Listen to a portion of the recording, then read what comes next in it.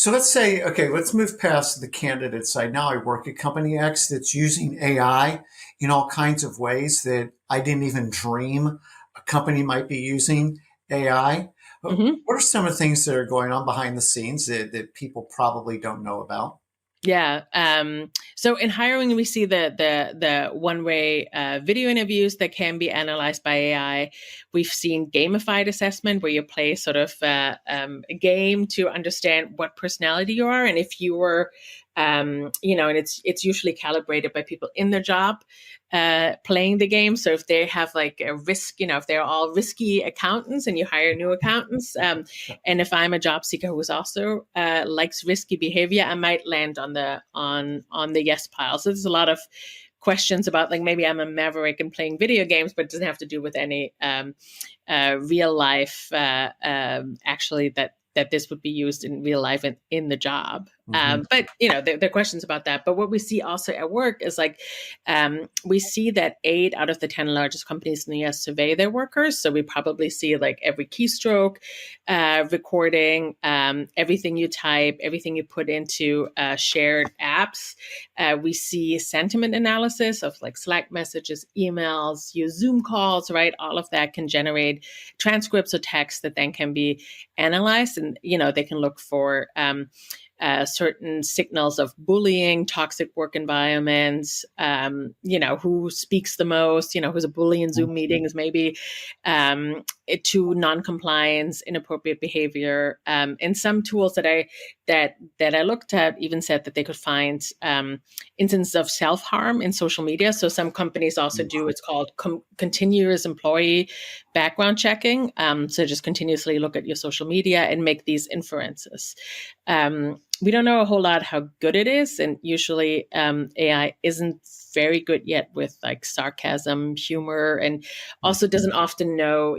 We've seen that with social media scans on folks who have applied for a role, because that then becomes lawfully they can actually get access to the data on them, because it's like an official background. It's part of an official background check, and you can ask the employer or the potential employer for the data. And some people have done that, and when they looked at it, they found out that like maybe they liked a tweet that mentioned alcohol, and that was suddenly a red flag, like alcohol bad. Right. Or they cited a I don't know, a lyric of a song, and that was then interpreted as somebody who might be suicidal or prone to self-harm, when we don't actually know that. But the problem is like these signals may be coming up, and we see companies use like sort of very vast, broad AI recording and checking tools, because they see employees as potential leakers, as a threat to their business. So we only have seen the very, very beginning of that. Well, okay. So, gosh, where you kind of alluded to it without saying it, but like on the continuous background check thing, right? Background checks are covered by the Fair Credit Reporting Act, which is what Exactly. requires the transparency. But it seems like you talked earlier about kind of regulation and some kind of oversight of all this stuff. It seems like a Fair Information Reporting Act, right? Would Yeah. be appropriate. Like, look, I get if you suspect somebody of embezzling, that's a different topic as an example, right? Yeah. Or receiving bribes or just something that's just patently illegal, right? But maybe we're using this to create the layoff list, right? Yes, and I think that's always Bob, the Bob's a fear, right? yeah. Yeah, once you start getting this data together, maybe for one thing, it's also easy to look at it in another way. So I talked to a analyst at Gartner who talks to a lot of employers, and he shared that this was pre-pandemic. The employer wanted to promote people, and the way to do that was checking key card entries, like who was longest at their desk or in the office. It's already kind of problematic, right? Because we all know I can sit at my desk for 10 hours, but not actually be successful at my job, right? Like, I don't know if that's a good indicator of performance, but they use that. Some people work at home and seem to do okay. I don't know. Yeah. And, it's just like, it doesn't, like it's not about checking the hours that you work. We usually suggest that you check the results, right? Because somebody can sit there for 10 hours, do nothing. But the problem here was when then it came to, the pandemic, the company had to do layoffs. They wanted to look at that data because they felt like, well, we know who are the most productive employees and the unproductive employees, the ones with the longer absentee times, which of course, we know from the pandemic now that people have families, they have caregiving obligations. There's nothing to do if they're committed and productive employee often. And that data wouldn't actually kind of take that into consideration, right? So this becomes really problematic really quickly. And we also see at work like flight risk measurements that purport to predict who's going to leave in the next year and looks at some sort of signals on that. Like, are you updating your LinkedIn very often? Do you move data around on, do you put USB sticks in your computer? Do you print a lot? And that's usually based on behavior of past employees. So we don't actually know exactly. Or just a hypothesis. Yes. And, it's really just a prediction, right? And it's not often actually accurate that people leave within a year. And the question is like, what does an employer then do with that information, right? Like maybe they're not so thrilled about you and they just feel like, okay, the person maybe leave and that's good. But, if an HR manager knows that, are they going to give you a raise and other people won't get a raise just because there is an indication that you might leave? We don't even know if this is true, right? It's just a prediction. Or maybe if there's leadership training, they're not going to put you forward because you may be leaving the company, right? Like, once you have that information, it's incredibly difficult to not make decisions based on it, right? Like even when I did some of these tests of these tools that I did, even though I knew sometimes, okay, there's literally no sign in facial expression analysis, but when you see that number, it just feels like objective math, and it's just really hard to ignore that. And I think that's actually hard for companies too, because they see, oh, this person was flagged for being at flight risk, but we don't actually know if that means anything. Right. But I think it's hard for HR managers not to, or hiring managers, or people in charge of managers to just ignore that information. Based on any discussions you've had with policymakers or other people that might influence policy, do you think a day is coming when companies will basically be forced to provide more transparency into what they're doing in terms of data collection on employees? Yeah, I mean, we hope so. I think there should be a little bit more transparency. I think we see a little bit of that in the European Union, right? They have a new AI Act that's sort of in the works. And hiring is actually and AI at work is actually classified as a high risk or high stakes endeavor, which sort of triggers a bunch of safeguards that you have to keep as a company or as an organization when you use that. And I think that's actually really smart. We haven't really seen that in the US a ton, but maybe my hope is sometimes you have this. Is maybe in some states in the United States, for example, in California, you have a very high regulatory burden for car emissions. So not every company is going to then build 50 cars for different states, right? They will build one car that will pass the higher emission rates in California and use it on sell it in all other 49 states, I guess. And so we hope maybe this will happen with some of this regulation, right? If one state or one city makes it harder and requires some of these regulations, the off-the-shelf tools will follow this one regulation, and then also we may have a little bit more insights in other jurisdictions. But we don't know this, and there isn't a whole lot of appetite in the U.S. to generally regulate, but we see a little bit with Biden pushing into this. We see the National Labor Relations Board has come out saying, that sort of broad surveillance of workers could be really problematic because workers in the United States have the right to organize and form a union, or at least like have organizing communication, and those could be really swept up in some of this broad surveillance. So we see like ideas how to regulate it. Have we seen any actual regulation? No. But I think there's more and more at least people see the problem, right? And that's what I sort of felt with the book. It's like I wanted to show how AI is already being used in the good ways and the bad ways, and just to show, because a lot of people don't know that. So now we can act, right? And now we can build regulation based on that is actually specific to how we use these tools, because I think the problem is like, broad regulation. When I don't understand AI, is actually not really helpful.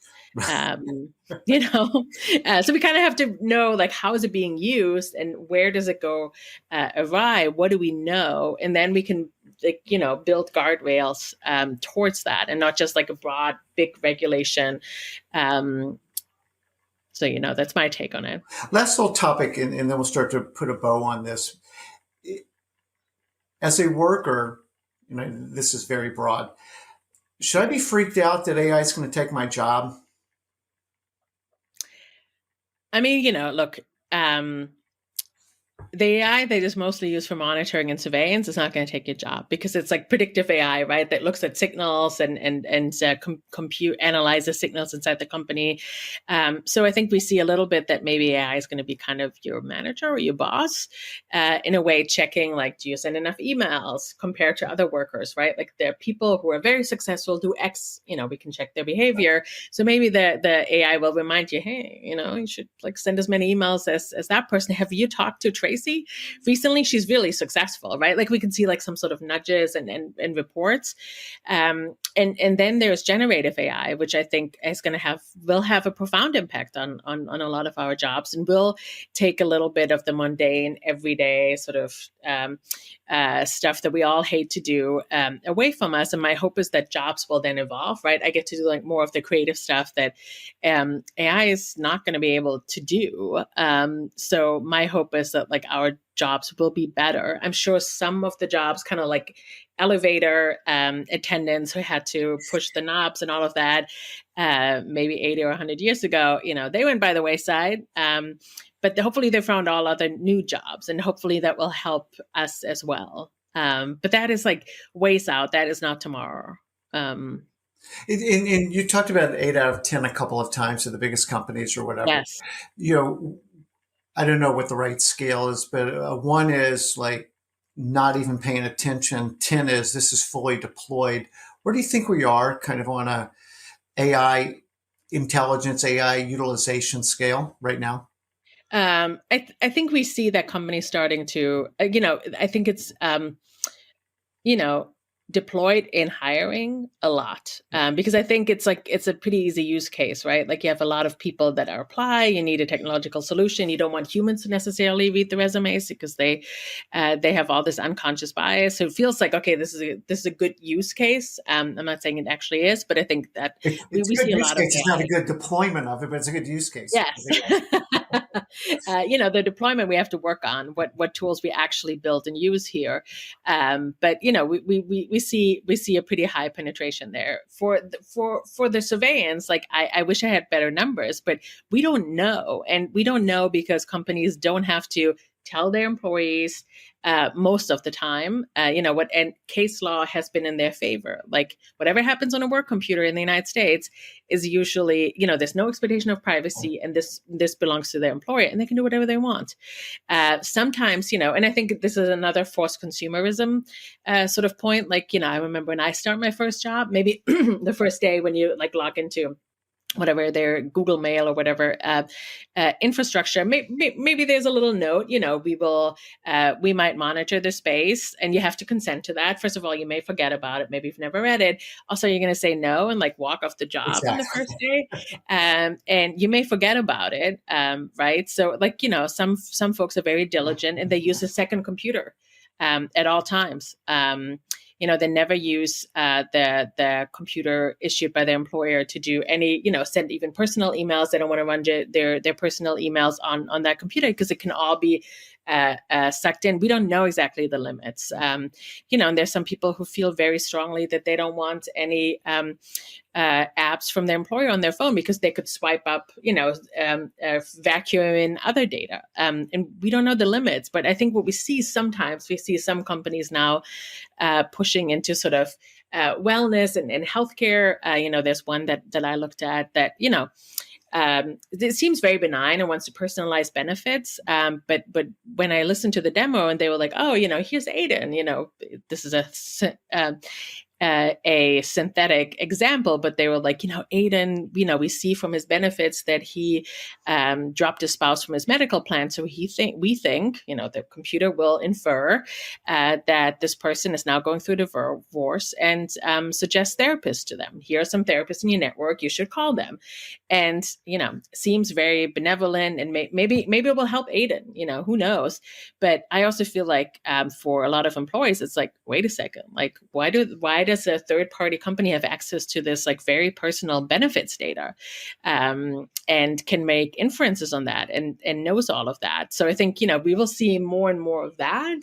And there is no law for transparency here. So it will come by like, maybe journalists like me looking at what these companies do, who they're working with. Maybe there's some individual people who are very smart who can track this kind of stuff because they have a computer science background. But we don't know a whole lot of stuff. I mean, I think what's actually kind of helpful, I watched a whole lot of webinars of software companies that sort of make these videos for people who maybe buy these tools on the market for companies, and they're very IT heavy and sort of, very jargony and technical. So nobody ever watches them. I watch them, not all, but a lot of them. And so I like learn, they talk very openly about the capabilities of these tools, that they can find any kind of signals and can the signals then lead to a report that maybe goes to IT, that maybe goes to HR and starts in investigation. So we know it's often built in by very large tech companies in these tools. Do I know which company turns them on? I don't. So, if people have tips on that, I would love to know more and talk about this more, because I think we will see this more and more. Well, one last thing, because it was in the news, or I saw it today, I'll say anyway, and today's February the 21st, was a deep fake. So, right, Sora is out now, right, or about to be out. Oh, yeah. You can build images of anything and videos, yes. Yeah. And so it was somebody in the finance department of apparently not a small company, where the deep fake was executives at this company via video. It sounded like it was interactive, directing the person to wire $25 million to some bank account. Yeah. It looked like the executives, sounded like the executives, even mimicked their office backgrounds. Like, it was very believable, apparently. And this person actually executed the trade, or did the wire. $25 million. I know.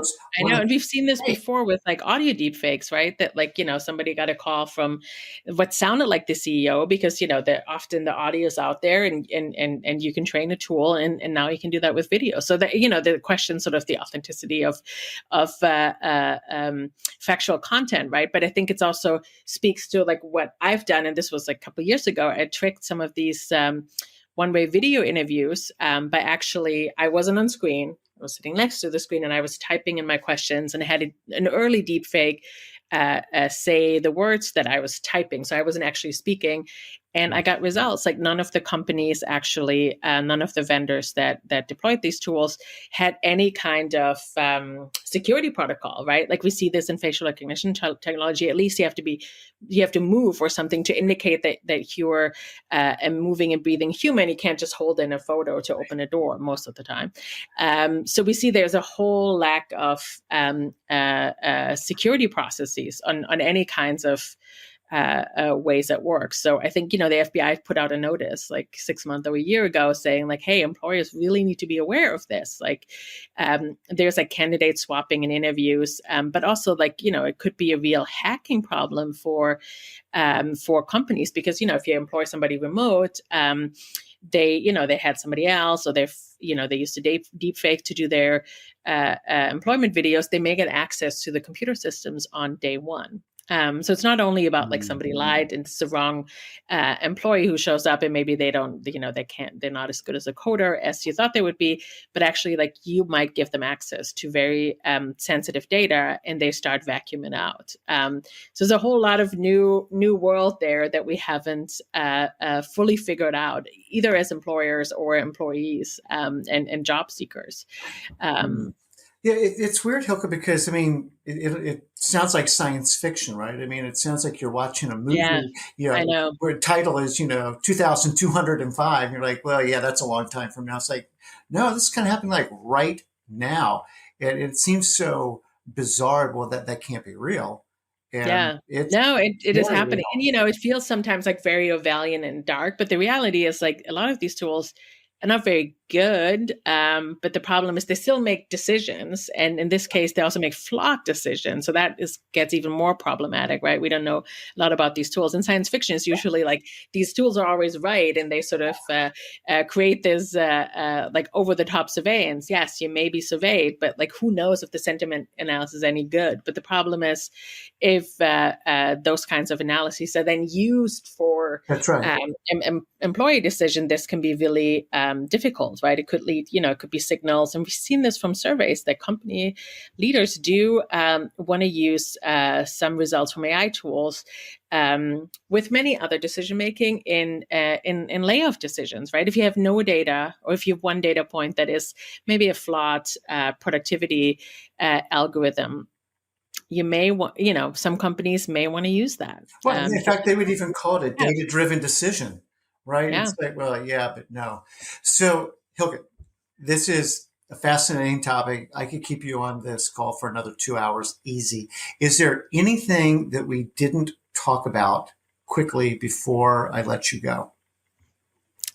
No, I think I think we've covered a whole lot, and I want to, sort of encourage people to understand like the world that we live in, so we can act on it. And now is the time to act, and maybe push back a little bit and demand that like there is some guardrails, right? That this is more transparent, that there is explainable AI. Like we know some of these things that we know. Can be used for high stakes decision making. Maybe there should be an appeals process, kind of like we have with like our credit score, right? Like I have the right to check once a year what my credit score is. I sort of roughly know what are the criteria why my score is this, and I can appeal it and say like, hey, actually, this is the wrong Hilke. Like that's not Right. me. I'm sure that is full of flaws, that system, but there is a system. For some of this hiring stuff, we don't know enough. We don't actually have a right to know, and we absolutely cannot push back, except when it comes to like your background screening in a social media background screening, if it's part of a official background screening process. But if a company monitors your social media after employment, and maybe you said yes to that, or I don't even know if they have to get consent, because some of the stuff that you post on social media is technically public. It's not private data, right? They're not taking your Facebook password and looking at that, but whatever you post on X and LinkedIn, that's usually publicly available. So, but do these tools, I mean, I've examined these tools that try to find personality traits out of your social media. And I can authoritatively say they do not work, because I tested them on me and others, and we built a larger sample at NYU with a computer scientist and a sociologist to test more people on this, and they do not work. And I think that's kind of hard to know that some companies use these tools. So let's end with this. I want to encourage people to get Hilke's book, The Algorithm. We're going to put a link in the post production for how to go buy the book.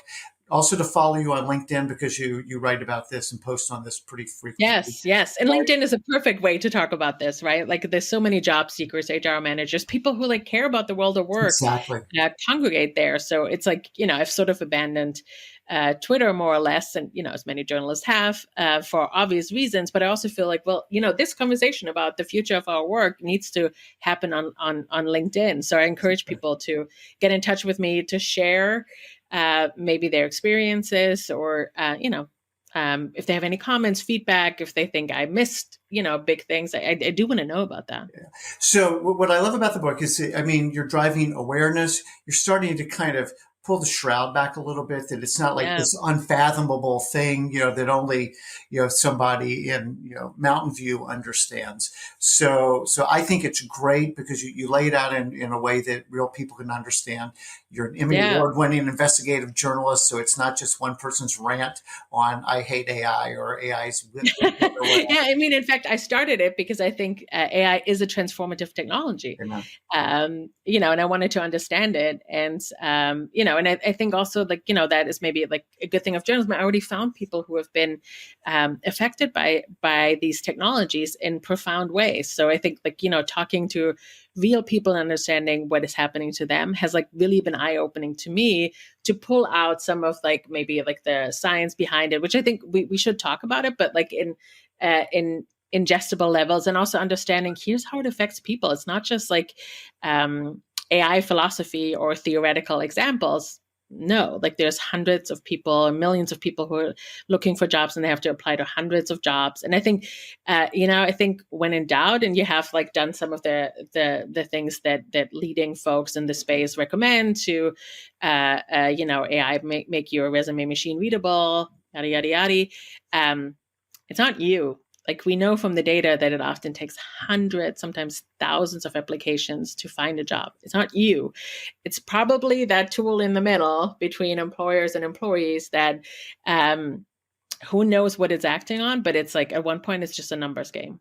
Okay, I so appreciate that last point, because that's really kind of getting into my why on Career Club, is the emotional and psychological toll that job search takes, and how much people internalize it must be me, I must be the problem.